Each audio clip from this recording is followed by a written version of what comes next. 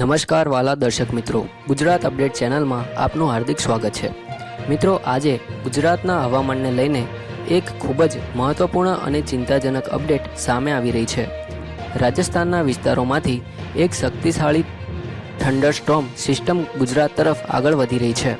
હવામાન વિભાગે ઉત્તર ગુજરાત, મધ્ય ગુજરાત અને પૂર્વ ગુજરાતના અનેક જિલ્લાઓ માટે ભારે પવન, ગાજવીજ અને કેટલાક વિસ્તારોમાં તોફાની વરસાદની આગાહી જાહેર કરેલી છે। મિત્રો, આજનો આ વિડીયો અંત સુધી જરૂરથી જોતા રહેજો, કારણ કે વિડીયોના અંતમાં અમે તમને જણાવીશું કે અંબાલાલ પટેલે ચોમાસાને લઈને કયો નવો વર્તારો જાહેર કર્યો છે, પક્ષીઓના કલરવના આધારે તેમણે શું અનુમાન વ્યક્ત કર્યું છે, તેમજ 20 જૂન પછી ગુજરાતમાં કેવો વરસાદી માહોલ સર્જાઈ શકે છે।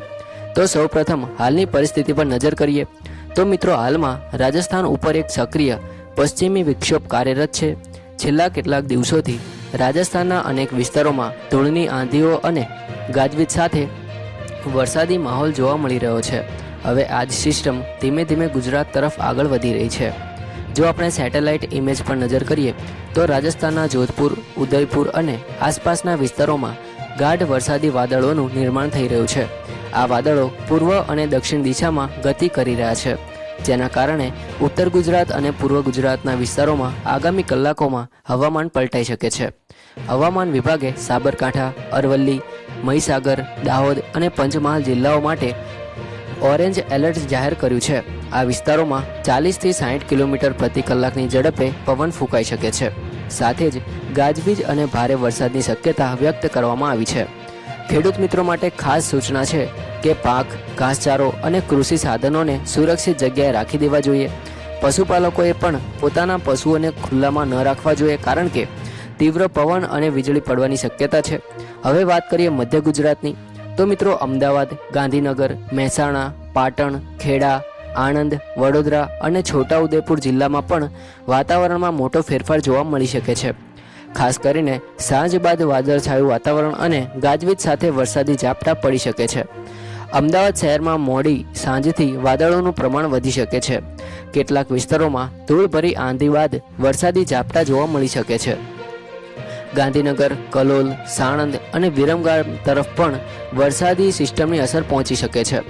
મિત્રો, દક્ષિણ ગુજરાતની વાત કરીએ તો સુરત, નવસારી, વલસાડ, નર્મદા અને ડાંગ જિલ્લાઓમાં પણ વરસાદી માહોલ સર્જાઈ શકે છે।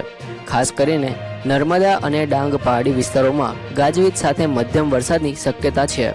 મિત્રો, હવે સૌરાષ્ટ્ર તરફ નજર કરીએ તો સૌરાષ્ટ્રમાં વરસાદની તીવ્રતા ઓછી રહેવાની શક્યતા છે, પરંતુ ભાવનગર, અમરેલી, બોટાદ, ગીર, સોમનાથ અને જૂનાગઢના કેટલાક વિસ્તારોમાં છૂટાછવાયા ઝાપટા પડી શકે છે।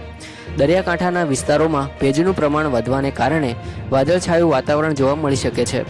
દ્વારકા, પોરબંદર અને વેરાવળ આસપાસના વિસ્તારોમાં પણ વાદળોની અવરજવર રહેશે, જો કે ભારે વરસાદની શક્યતા હાલમાં ઓછી છે। હવે ચોમાસાની સ્થિતિ વિશે મહત્વપૂર્ણ માહિતી મેળવીએ તો મિત્રો, અરબી સમુદ્રમાં દક્ષિણ પશ્ચિમ ચોમાસું ખૂબ જ સક્રિય બનતું જઈ રહ્યું છે। હાલમાં ચોમાસું કેરળ કાંઠાની નજીક પહોંચી ગયું છે। હવામાન વિભાગના જણાવ્યા મુજબ આગામી 48 કલાકમાં કેરળમાં ચોમાસાનું સત્તાવાર આગમન થઈ શકે છે। જો ચોમાસું કેરળમાં સમયસર પ્રવેશ કરશે તો આગામી દિવસોમાં તે કર્ણાટક, ગોવા અને મહારાષ્ટ્ર તરફ આગળ વધશે। ત્યારબાદ ગુજરાત તરફ તેની ગતિ વધવાની શક્યતા રહેશે। મિત્રો, હવે વાત કરીએ અંબાલાલ પટેલની નવી આગાહી વિશે, તો અંબાલાલ પટેલના જણાવ્યા અનુસાર હજી સુધી કુદરતી સંકેતો સંપૂર્ણ રીતે ચોમાસાના આગમનની પુષ્ટિ કરતા નથી। સામાન્ય રીતે ચોમાસું નજીક આવે ત્યારે પક્ષીઓની હલચલ, તેમના અવાજો અને વાતાવરણમાં કેટલાક વિશેષ પરિવર્તનો જોવા મળે છે, પરંતુ હાલમાં આવા મોટા સંકેતો સ્પષ્ટ રીતે જોવા મળતા નથી। તેથી મુખ્ય ચોમાસાની એન્ટ્રી માટે હજુ થોડો સમય લાગી શકે છે। મિત્રો, અંબાલાલ પટેલે જણાવ્યું છે કે 8 જૂનથી 15 જૂન દરમિયાન હવામાનમાં મહત્વપૂર્ણ ફેરફારો શરૂ થઈ શકે છે।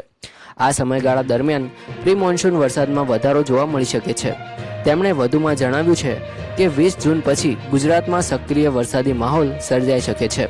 ખાસ કરીને 20 જૂનથી 30 જૂન વચ્ચે રાજ્યના અનેક વિસ્તારોમાં વાવણી લાયક વરસાદની શક્યતા છે। ખેડૂત મિત્રો માટે આ સમાચાર રાહતરૂપ બની શકે છે, કારણ કે છેલ્લા કેટલાક સમયથી ગરમી અને પાણીની સમસ્યાને કારણે ખેતી કાર્ય પર અસર પડી રહી છે। હવે આગામી 4 દિવસની આગાહી પર નજર કરીએ તો 20 જૂનથી 5 જૂન દરમિયાન ઉત્તર ગુજરાત, મધ્ય ગુજરાત અને દક્ષિણ ગુજરાતના અનેક જિલ્લાઓમાં ગાજવીજ સાથે વરસાદની સંભાવના રહેશે. કેટલાક વિસ્તારોમાં ભારે પવન અને વીજળી પડવાની શક્યતા હોવાથી લોકોને સાવચેતી રાખવાની સલાહ આપવામાં આવી છે. ખાસ કરીને ખુલ્લા મેદાનો, વૃક્ષો નીચે અને વીજ પોલ નજીક ઊભા રહેવાનું ટાળવું જોઈએ.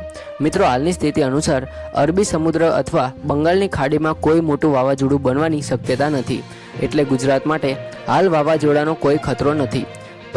પરંતુ પશ્ચિમ વિક્ષોભ અને પ્રી મોન્સૂન એક્ટિવિટીને કારણે આગામી દિવસોમાં હવામાનમાં અચાનક ફેરફાર જોવા મળી શકે છે. તો મિત્રો, હવે આપણે જિલ્લાવાર વધુ વિગતવાર આગાહી પર નજર કરીએ, કારણ કે આગામી 24 થી 48 કલાક ગુજરાતના અનેક વિસ્તારો માટે મહત્વપૂર્ણ સાબિત થઈ શકે છે. સૌપ્રથમ ઉત્તર ગુજરાતની વાત કરીએ તો બનાસકાંઠા, પાટણ, મહેસાણા અને સાબરકાંઠા જિલ્લાઓમાં આજે મોડી સાંજથી લઈને મધરાત સુધી વાતાવરણમાં મોટો ફેરફાર જોવા મળી શકે છે. રાજસ્થાન તરફથી આવતી વરસાદી સિસ્ટમને કારણે આ વિસ્તારોમાં અચાનક ગાજવીજ સાથે વરસાદ શરૂ થઈ શકે છે. ખાસ કરીને ડીસા, પાલનપુર, થરાદ, વાવ, દાંતા અને અમીરગઢ પંથકમાં ભારે પવન સાથે વરસાદી ઝાપટા પડવાની શક્યતા છે. કેટલાક વિસ્તારોમાં વીજળીના ચમકારા પણ વધુ જોવા મળી શકે છે. સાબરકાંઠાના હિંમતનગર, ઈડર, પ્રાંતિજ, વડાલી અને ખેડબ્રહ્મા વિસ્તાર માટે પણ હવામાન વિભાગે સાવચેતી રાખવાની સલાહ આપી છે. ખેડૂતોને ખેતરમાં કામ કરતી વખતે હવામાન પર સતત નજર રાખવા જણાવવામાં આવ્યું છે. મિત્રો, અરવલ્લી જિલ્લાના મોડાસા, માલપુર, ભિલોડા અને મેઘરજ પંથકમાં પણ વાદળોનું જોર વધતું જોવા મળી રહ્યું છે. સાંજના કલાકોમાં અચાનક ગાજવીજ સાથે વરસાદ શરૂ થઈ શકે છે. મિત્રો, હવે મધ્ય ગુજરાત તરફ આગળ વધીએ તો અમદાવાદ શહેરમાં છેલ્લા કેટલાક દિવસોથી ગરમી અને ઉકળાટ વધી રહી હતી, પરંતુ હવે અરબી સમુદ્ર તરફથી આવતો ભેજ અને રાજસ્થાન તરફથી આવતી સિસ્ટમને કારણે હવામાનમાં નોંધપાત્ર ફેરફાર જોવા મળી શકે છે.